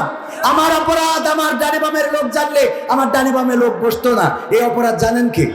তাহলে আমি আমাকেও সমালোচনা করেছি না করি নাই? কথাগুলো রেকর্ড আছে। তাহলে আমি আমার বিরুদ্ধেও কথা বললাম, আপনি তো বুঝলেনই না। আপনারা তো বুঝলেনই না আমি কি বুঝাতে চাইছি। না বুঝেই লাভ দিলেন। আল্লাহ মাফ করুন, আল্লাহ আমাদের ক্ষমা করুন, বলেন আমিন। ওগো আমার ভাইরা, আল্লাহ রাব্বুল আলামিনের পথ ধরে থাকতে হবে। অতীতে কোনো জুলুমবাজ থেকে নাই, বর্তমান সময়েও যদি কেউ জুলুম করে সে যেই হোক না কেন টিকবে। কারণ তাওহীদি জনতা আন্দোলন করতে শিখেছে, আর আন্দোলন করে শিখিয়েছে কে? কোরআন বলেছে আমানু হাল আদুল্লুকুম আলা তিজারাতিন তুনজিকুম মিন আযাবিন আলীম। আমার আল্লাহ বললেন, ওগো আমার বান্দারা, আমি কি তোমাদের একটা ব্যবসার সন্ধান দেব, যেই ব্যবসা করলে তোমরা কঠিন জাহান্নামের ভয়াবহ আযাব থেকে বেঁচে যাবে। পরবর্তী আয়াতে আল্লাহ বললেন, তুমিনুনা বিল্লাহি ওয়া রাসূলিহি ওয়া তুজাহিদুনা ফি সাবিলিল্লাহ বিআমওয়ালিকুম ওয়া আনফুসিকুম যালিকুম খায়রুল লাকুম ইন কুনতুম তা'লামুন। আমার আল্লাহ বললেন, সেই ব্যবসা হলো আমি আল্লাহর প্রতি ঈমান আনতে হবে। কেমন ঈমান? আল্লাহর প্রতি ঈমান এনেছিলেন ইব্রাহিম আলাইহিস সালাম। ঈমান আনার কারণে ফেরাউন আগুনের কুণ্ডুলি বানিয়েছে না বানাই নাই? আল্লাহর প্রতি ঈমান আনলেন, এখনকার জামানায় তার জন্য আগুনের কুণ্ডুলি করা হবে না? হবে না? হয় না? হয় না? এখনো হয়। তার মানে ঈমান আনলে আগুনের কুণ্ডুলি করা হবে, তখন না হয় আগুন বানাতে, এখন ফাঁসির কাস্টে নিয়ে যায়। কথা কয় না? তাহলে এখন ফাঁসির কাস্টের কথা বলতে গেলেই তো আবার চলে আসবে না, যাকে ঝুলাইছে তাদের কথা। এখন আমি বলতে গেলেই তো চলে আসে না, আমি করবো কি? বুঝাইনো তো লাগবে। আমি যদি আপনাদের না বুঝাই, তাহলে আপনারা তো যাওয়ার সময় টাকাও দেবেন না। যা হুজুর বুঝাতে পারেননি, টাকা হবে না। ঠিক না? ঠিক। তাহলে এইবার দেখেন, ইব্রাহিম আলাইহিস সালাম ঈমান আনলো কার পরে? বলল, ইন্নী ওয়াজ্জাহতু ওয়াজহিয়া লিল্লাযী ফাতারাস সামাওয়াতি ওয়াল আরদ হানিফা ওয়া মা আনা মিনাল মুশরিকিন। আমি ঘোষণা করে দিচ্ছি, পৃথিবীর সব দিক থেকে আমার মুখটা ঘুরিয়ে নিয়ে আসমান জমিনের স্রষ্টা আল্লাহর দিকে ঘুরিয়ে দিলাম। আর আমি ঘোষণা করে দিলাম, আমি অন্য কোন মানব রচিত মতবাদে বিশ্বাসী নই। যারা শিরক করে তাদের দলে আমি। এখনকার সময় কেউ যদি বলে মা দুর্গা এবার নৌকায় চড়ে এসেছে, ঘোড়ায় চড়ে এসেছে, শিরক করলো না? করলো না? এই কথা যদি কেউ বলে, তার দল কি করা যাবে? তাহলে এইটা থেকে যদি সচেতন করি, এটা কোরআনের কথা না আমার বানানো কথা? ইব্রাহিম আলাইহিস সালাম বললেন যে আমি মুশরিকদের অন্তর্ভুক্ত নই। আল্লাহর কথাটা পছন্দ হলো, কোরআনে দিয়ে দিল। এখনকার সময়েও যদি কেউ মুশরিকের অনুসরণ করে, মুশরিকদের পক্ষে চলে, তাহলে বুঝে নিতে হবে তার অনুসরণকারী যারা, তারাই আল্লাহর বিপক্ষের দল। তারা কিসের দল? আল্লাহর বিপক্ষের দল। আর তারা চাই কি? ওই যে ইব্রাহিমকে যেমন আগুনের কুণ্ডুলি বানানো হলো, সেই আগুনে ফেলানো হলো। আগুনে ফেলানোর আগ পর্যন্ত ইব্রাহিম আলাইহিস সালাম কি ভড়কে গেছিলেন? আপনারা বাধা দিয়েছেন, আমি ভড়কে গেছি। ভড়কানোর তো কিছু নাই। কেন জানেন? একবার ওই আমার বাইজিদ ভাই, গরু ভাইজানের নাম কি? বাবুল আক্তার। আমার বাবুল আক্তার ভাই গরু আপনাদের এই যে কাটাকে কি মাঠ, এখানে পতেঙ্গালির মাঠ, এই পাশে হালসার মাঠ, নারাঙ্গালির মাঠে একটা গরু ছেড়ে দিয়ে এসেছে যে গরু তুই ইচ্ছা মতো ঘাস খা, খেয়ে তারপরে বাড়ি এসে। কিন্তু গরু ঘাস খাওয়ার মধ্যে উনি চলে এসেছে। হঠাৎ করে পাশে ছিল একটা বন থেকে বাঘ বেরোয় করেছে তাড়া ধরার জন্য। তো গরুকে যখন তাড়া করেছে, গরু দৌড়ানে দিয়েছে। তো বাঘের সাথে কি গরু দৌড়াই পারবে? গরু দৌড়ায়, বাঘও দৌড়ায়। গরু চিন্তা করলে এর সাথে তো পারবো না। পাশে আজকে বৃষ্টি হয়েছে, নরম কাদাওয়ালা ক্ষেত একটা তৈরি হয়েছে। চিন্তা করলো যে আমি এই কাদার মধ্যে ঝাঁপ দিই, তাইলে বাঘ আমারে আর ধরতে পারবে না, আমি কাদার মধ্যে লাফ দেবো বুদ্ধি করে। তো কাদার মধ্যে দিয়েছে লাফ, গরুর 4 হাত পা কাদার মধ্যে গেড়ে গেছে। যাওয়ার পরে বাঘও ওর ধরার জন্য লাফ দিয়েছে। বাঘের গতি ছিল গরুর থেকে গতি বেশি না কম? বাঘ লাফ দেওয়ার পরে 3 হাত সামনে যেয়ে পড়েছে। কয় হাত সামনে? বাঘেরও 4 হাত পা একসাথে কাদার মধ্যে আটকে গেছে। কিছু কাদা আছে দেখবেন, ছাড়াইতে চাইলে জড়াই ধরে, আছে না নাই? চোরাবালিতে আপনি যত উদ্ধার হইতে চান তত ডেবে যাবেন। এটাই হলো চোরাবালির বৈশিষ্ট্য। তো বাঘ কাদা থেকে যত উঠতে চায় তত আটকে যায়। গরু কোনো টেনশন ছাড়াই ও একেবারে 4 হাত পা গেড়ে দিয়ে জাবর কাটাচ্ছে। বাঘ বলতেছে, এই গরু তুই তো আসলেই গরু। বলছে, কে ভাই কি হয়েছে? কি হয়েছে বোঝো না? দুধু খাও, দুধু খাও, সানডে মন্ডে ক্লোজ করে দিব, খালি একটু বের হইতে দাও। গরু বলছে, ভাই এত রাগ করছেন, কি সমস্যা কি? এই সমস্যা কি মানে? তোরে যদি আমি ধরতাম তাইলে তোরে খাতাম, খেয়ে আমি বাঁচতাম। ঠিক আছে, তুই যদি দৌড়াই পালাই যাতিস, তাও অন্তত তুইও বেঁচে যাতিস, আমিও বেঁচে যেতাম। কিন্তু কাজটা করলি কি? কাদার মধ্যে লাভ দিয়েছিস, যে কাদাতে বের হওয়া যায় না। এখন তুইও মরবি, আমিও মরবি। কয় তাতে কি ভাই? কয় দেখ গরু কয় কি, তাতে কি মানে? কয় আচ্ছা ঠিক আছে, তাতে কিছু না। আমার দুঃখ হলো যে এই বিপদের মধ্যে তুই জাবর কাটাস কই না আন্দাজে। এই দেখো, জাবর কাটাস কই না আন্দাজে। গরু বলতেছে, ভাই শোনো, আমি তোমারে বুঝাই, তুমি তো বনে থাকো, বোঝো না। আমার একটা মালিক আছে, মালিকের নাম বাবুল আক্তার। সে মাহফিলে গেছে, ওই মাহফিলে থাকার কারণে আমার এখনো নিতে আসতে পারে না। আর তুমি আমারে দিয়েছো, আমারে ধরার জন্য দৌড়ানি দিয়েছো, আমারে তাড়া করেছো, পিছু নিয়েছো। আমারে যখন দৌড়ানি দিলে গো, আমি জানি তোমার সাথে পারবো না। আমি কাদার মধ্যে লাফ দিলাম। কাদার মধ্যে লাফ দেওয়ার পরে আমি জানি এখানে আটকে যাব, আর তুমিও লাফ দিবা, তুমিও আটকে যাবা। এই আটকে যাওয়ার পরে আমার একজন মালিক আছে, ওই মালিক বাড়িতে ফিরে গোল ঘরে যখন আমারে পাবে না, তখন আমার খোঁজার জন্য মাঠে আসবে না, আসবে না। মালিক মাঠে যাবে না, যাবে না। মালিক মাঠে যাবে যে যখন আমার মালিক বাবুল আক্তার লাইট দিয়ে, টর্চ লাইট দিয়ে, 5 ব্যাটারির বড় লাইট দিয়ে দেখবে, দেখার পরে এই কাদার মধ্যে তোমারেও পাবে, আমারেও পাবে। আমার মালিক আমারে উদ্ধার করে নিয়ে যাবে, আর তোমারে দেখার পরে আমার মালিক বাঁশ দিয়ে বাড়ায়া এখানে তোমারে কবর দিয়ে তারপরে যাবে। এখন আমার বাঘ ভাই বলো দেখি, জাবর কি আমি কাটাবো না তুমি কাটাবা? জাবর কাটাবে কিনা? কারণ গরুর কি আছে? মালিক আছে, গরুর মালিক আছে। সুতরাং যারা আল্লাহর পথে নিবেদিত হয় তাদের মালিক থাকেন কে? আর তাই তারা বাতিলের কাছে মাথা নত করে না। তারা জানে মৃত্যুর পরে আল্লাহ রাব্বুল আলামিন আছে, মৃত্যুর আগে আল্লাহ রাব্বুল আলামিন আছে।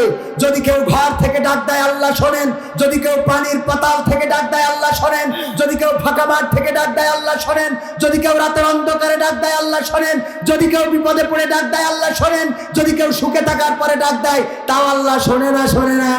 সুতরাং যারা আল্লাহর পথে বলে দেয় ইন্না সলাতি ওয়া নুসুকি ওয়া মাহিয়ায়া ওয়া মামাতি লিল্লাহি রাব্বিল আলামিন, নিশ্চয় আমার কুরবানি, আমার সালাত, আমার জীবন, আমার মরণ সব বিশ্ব প্রতিপালক আল্লাহর জন্য, তার আর কোনো ভয় থাকে? তার আর কোনো ভয় থাকে? ইব্রাহিম আলাইহিস সালামকে আগুনে ফেলা হবে, আগুনের কুণ্ডুলি করা হয়ে গেল, আগুন প্রস্তুত হয়ে গেল।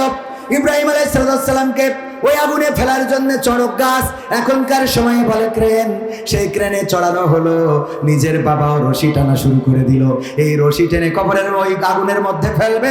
ইব্রাহিম আলাইহিস সালাম ফিরাউন নমরুদকে বলল, ও নমরুদ তুমি আমার আব্বা লাগো, বাঁচাও। কথা কয় না? বলেছে এই কথা? বলেছে? নমরুদকে আব্বা ডেকেছে, নমরুদকে বলেছে আমার ক্ষমতা দাও, আমি আর কোনো কথা বলবো না, আজকে থেকে এই পর্যন্ত চুপ হয়ে গেলাম, বলেছে? বরং বলে নাই, কি করেছে? ফেরেশতা এসেছে ইব্রাহিম আলাইহিস সালামকে সহযোগিতা করার জন্য। আল্লাহর নবী ইব্রাহিম বললেন, তোমরা এসেছো আমাকে সহযোগিতা করতে, আল্লাহ পাঠিয়েছে নাকি নিজে থেকে? বলল আল্লাহর কাছে অনুমতি প্রার্থনা করেছিলাম।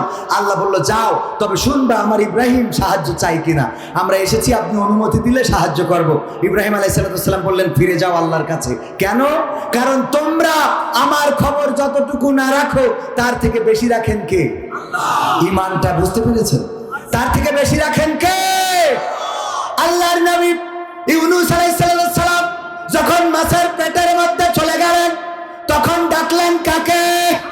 আল্লাহকে। ডাকার পরে আল্লাহ রাব্বুল আলামিন তার ডাকে সাড়া দিয়ে বললেন, ও ইউনূস তুমি যখন ডেকেছো রাতের অন্ধকার, পানির অন্ধকার আর মাছের পেটের অন্ধকার, অন্ধকার কয়টা?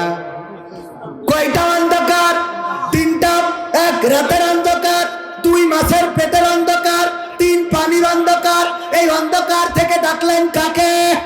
আল্লাহ বললেন, ও ইউনূস তুমি যখন আমাকে ডেকেছো তোমার দলের লোক শোনে নাই, তোমার বাবা শোনে নাই, তোমার মা শোনে নাই, তোমার গ্রামবাসী শোনে নাই, তোমার আপন স্বজন শোনে নাই। ওই পানির মধ্য থেকে, মাছের পেটের মধ্য থেকে যখন আমাকে ডাক দিয়েছো রে, আমি আল্লাহর শাজিম থেকে তোমার ডাক শুনে সাড়া দিলাম। আমি মাছের পেটের মধ্যে যন্ত্রণা বাড়িয়ে দিলাম, আর মাছ তোমাকে উগরে দিয়ে তোমাকে আবার যেই জায়গা থেকে নিল সেই জায়গায়, নিরাপদ জায়গায় তোমারে রেখে চলে গেল। সবাই জোরে জোরে বলেন সুবহানাল্লাহ, জোরে বলেন সুবহানাল্লাহ। সুতরাং আল্লাহর পথে যারা থাকে তাদের ভয় নাই, তারা মৃত্যুকে হাসি মুখে বরণ করে। তারা জানে এই জীবন আল্লাহর জন্য, মরণ আল্লাহর জন্য। আল্লাহ চাইলে আল্লাহর দেওয়া জীবন সাথে সাথে বুঝে দেব, ঠিক না ঠিক? জীবন কার? ক্ষমতার বাড়াবাড়ি চলে চলে।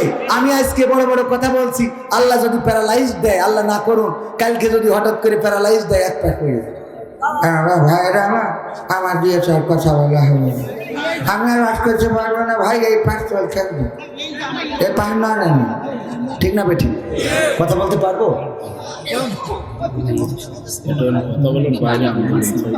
হ্যাঁ, আমি বলছি একটু কথা বলাবো ভাইজানকে, আমি বলাবো। বাইরে সমস্যা করার দরকার নেই। আমার ভাইজান শোনেন, আমি আমি আমি বলি ভাই, আমরা ইসলাম এমন আদর্শের নয় যে আপনি উগ্রতা দিয়ে, ক্ষিপ্রতা দিয়ে মানুষকে ক্ষতিগ্রস্ত করবেন। তবে হ্যাঁ, একজন যখন কথা বলে তখন সেই কথাটার শেষ পর্যন্ত শুনলে, একটা মুভি যখন দেখেন কয় ঘন্টা দেখেন? 3 ঘন্টা 2 ঘন্টা একটা সিরিয়াল দেখে কত সময় বছরের পর বছর দেখেন, তো নায়ক একবার বিপদে পড়ে, মায়ের খায়, কত কি হয় না। তো এই জন্য কথা যখন বলবো শেষ পর্যন্ত শুনবেন। 2 ঘন্টা মুভির মধ্যে আপনি 1 লাইন শুনলে তো সমস্যা হবে। তো আমার ভাইজান একটুখানি কথা বলবে, দেন মাইক্রোফোন। আমার ভাইজান উনি আসলে যেটা বলেছেন উনি ভালোর জন্য বলেছেন, আপনারা বোঝেন না, নেন।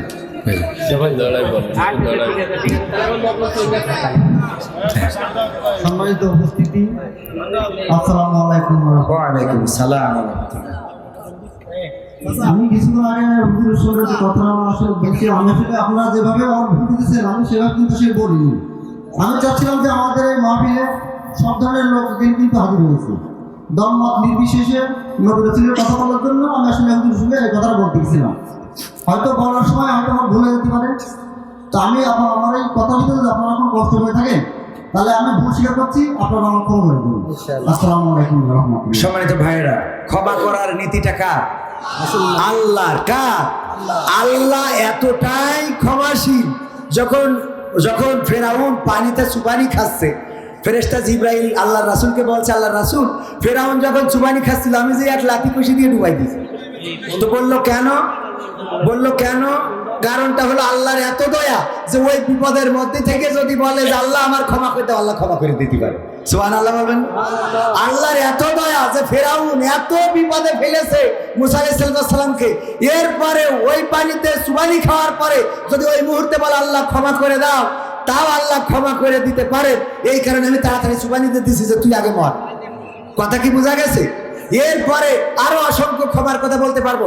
আমার ভাইজান নিঃস্বার্থ ক্ষমা চেয়েছেন, সুতরাং আমরা ক্ষমা করে দিয়েছি। তো কারা কারা ক্ষমা করেছি হাত উঁচু করেন। সবাই ক্ষমা করে। আপনি খুশি ভাইজান? আমি বিশ্বাস করি আমার ভাইকে এরপরে, আমার বাবুল আক্তার ভাই, তো বাবুল আক্তার ভাইকে এরপরে একজনও কোনো কথা বলবেন না। ভাইয়েরা আমার, উনি বিএনপির রাজনীতি করেন, হতে পারে আওয়ামী লীগের রাজনীতি করেন, হতে পারে, আমি কোনো রাজনীতির জন্য বলি নাই, আমি এটা বোঝানোর জন্য বলেছি। বর্তমান সমাজ ব্যবস্থার আলোকে কথা বলতেই হয়, বোঝানোর জন্য হলেও বলতেই হয়। আমার শান্তর বুকে গুলি করা হয়েছে, আমার মুগ্ধ, আমার আবু সাঈদ ছাত্র মানুষ, তার বুকে গুলি করা হয়েছে। আমি যদি প্রতিবাদ না করি আমার বাংলাদেশের মানুষই না, আমি মানুষ না। আর তার বুকের এই গুলি যদি আপনার বুকে ব্যথার সৃষ্টি না করে তাহলে আপনিও মানুষ না। আপনাকে এটা বুঝতে হবে ভাই। আমি চাইবো না অন্যায়ভাবে কেউ কোনো কিছু করুক। ভাইয়ের আমার, আমি যে কথা বলছিলাম সূরা সফের, আল্লাহ বললেন ব্যবসার কথা বলে কি বললেন? তুমিনুনা বিল্লাহি ওয়া রাসূলিহি ওয়া তুজাহিদুনা ফি সাবিলিল্লাহ। জিহাদ করতে হবে কার রাস্তায়? এই জিহাদটা কি যে তাহাজ্জুদ পড়ে ও তাহাজ্জুদ থেকে বের করে আনতে হবে? বরং যে নামাজ পড়ে না তার নামাজের দিকে ঢুকাতে হবে। ঠিক না বেঠিক? যে রোজা রাখে না তার রোজা রাখতে হবে, যে অন্যায় করে অন্যায় থেকে ফিরাতে হবে, যে পরকিয়া করে পরকিয়া থেকে থামাতে হবে, যে ধর্ষণ করে ধর্ষণ থেকে থামাতে হবে। ওগো আমার ভাইয়েরা, এর নাম কি? চেয়ারম্যান যদি তিরানের চাল মেরে খায় প্রতিবাদ করার দরকার আছে না নাই? এর নাম কি? সবচেয়ে বড় জিহাদ হলো আল্লাহ রাসূল বলেছেন নফসের সাথে জিহাদ। আর এরপরে আরো একটা জিহাদ আছে, সেটা হলো ক্ষমতাধর ব্যক্তির বিরুদ্ধে সোচ্চার কণ্ঠে কথা বলাও জিহাদ। কথা মনে থাকবে? সোচ্চার কণ্ঠ নিয়ে কথা বলতে হবে, বাতিলের বিরুদ্ধে কথা বলতে হবে, জুলুমের বিরুদ্ধে কথা বলতে হবে। আমি বরাবর বলছি, অন্যায়ভাবে যদি কোনো নাস্তিকের উপরেও হামলা করা হয়, আমি কবির বিন সামাদ তার বিরুদ্ধে দাঁড়াবো। মুসলমানে দ্বন্দ্ব করা চলবে না। সীসা ঢালা প্রাচীর হবে কখনো তা টলবে না। মুসলমানে মুসলমানে দ্বন্দ্ব করা চলবে না, সীসা ঢালা প্রাচীর হবে কখনো তা টলবে না। মুসলমানে মুসলমানে দ্বন্দ্ব করা চলবে না, সীসা ঢালা প্রাচীর হবে কখনো তা টলবে না। তবেই শান্তি পাবে, অশান্তি দূর হবে, তবেই শান্তি পাবে, অশান্তি দূর হবে। কেউ আর মুসলমানের বাজে কথা বলবে না, মুসলমানে মুসলমানে দ্বন্দ্ব করা চলবে না, সীসা ঢালা প্রাচীর হবে কখনো তা টলবে না। কে আমি, কে বিএনপি, কে জামাত ইসলাম, এটা আমাদের নয় পরিচয়, মুসলিম মোর নাম। কে আমি, কে বিএনপি, কে জামাত ইসলাম, এটা আমাদের নয় পরিচয়, মুসলিম মোর নাম। এ কথা মানলে পরে শান্তি আসবে ঘরে, এ কথা মানলে পরে শান্তি আসবে ঘরে। কেউ আর মুসলমানের বাজে কথা বলবে না, মুসলমানে মুসলমানে দ্বন্দ্ব করা চলবে না, সীসা ঢালা প্রাচীর হবে কখনো তা টলবে না। মুসলমানে মুসলমানে দ্বন্দ্ব করা চলবে না, সীসা ঢালা প্রাচীর হবে কখনো তা টলবে না। আপনারা আপনারা হচ্ছেন আর একটা, উনাদের থেকে আপনারা বেশি ভেজা। একটা গান গাচ্ছি তার মধ্যে আপনি এর মধ্যেই করতেছেন।